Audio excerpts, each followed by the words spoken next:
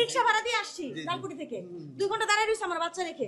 এখন যদি ঢোকার পরে বলে যে আপনার সিরিয়াল ভুল, এটা কি আমার দোষ? না, বাসা চলে যাবো, আমার ছোট বাচ্চা রেখে আসছি, আমি আরো 2 ঘন্টা দাঁড়ায় থাকতে পারবো না।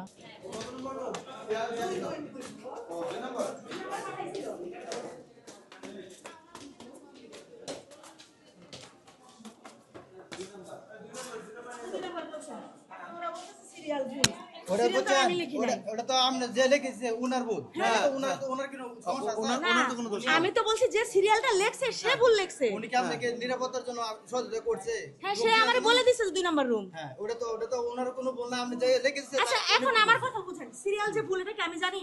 ওটা তো আমাদের আনসার সদস্য তো আমরা করে নাই, আনসার সদস্য তো আমরা নিরাপত্তার জন্য আমরা রুম দেখা যাচ্ছে না, উনি নিরাপত্তার জন্য। সদস্যের কথা বলছি। না আপনি আমার কথাটা বোঝার চেষ্টা করেন। ম্যাম শুনুন, এটা আপনি যে লিখে দিছে ওনার ভুল।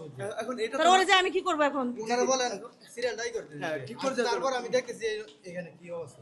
কিন্তু এটা তো আর আমাদের কাজ না, এটা বোঝার চেষ্টা করেন। আচ্ছা ভাই, আমি তো সিরিয়াল লেখি নাই। জি জি, এটা তো ভোট কেন্দ্রের লোকেরাই করছে কাজগুলো। যেখান থেকে লিখছে ওখান থেকে। আমি তো রিকশা ভাড়া দিয়ে আসছি লালকুটি থেকে, 2 ঘন্টা দাঁড়ায় রয়েছে আমার বাচ্চা রেখে। এখন যদি ঢোকার পরে বলে যে আপনার সিরিয়াল ভুল, এটা কি আমার দোষ? না না না, এটা আপনার দোষ হবে কেন? এটা তো আমাদেরও দোষ না, এখন এটা ওরা দোষ করেছে।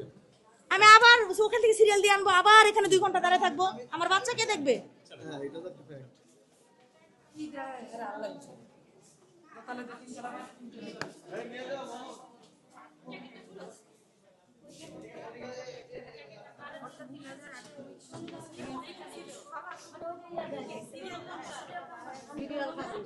ঝামেলা হয়েছে, সিরিয়াল না।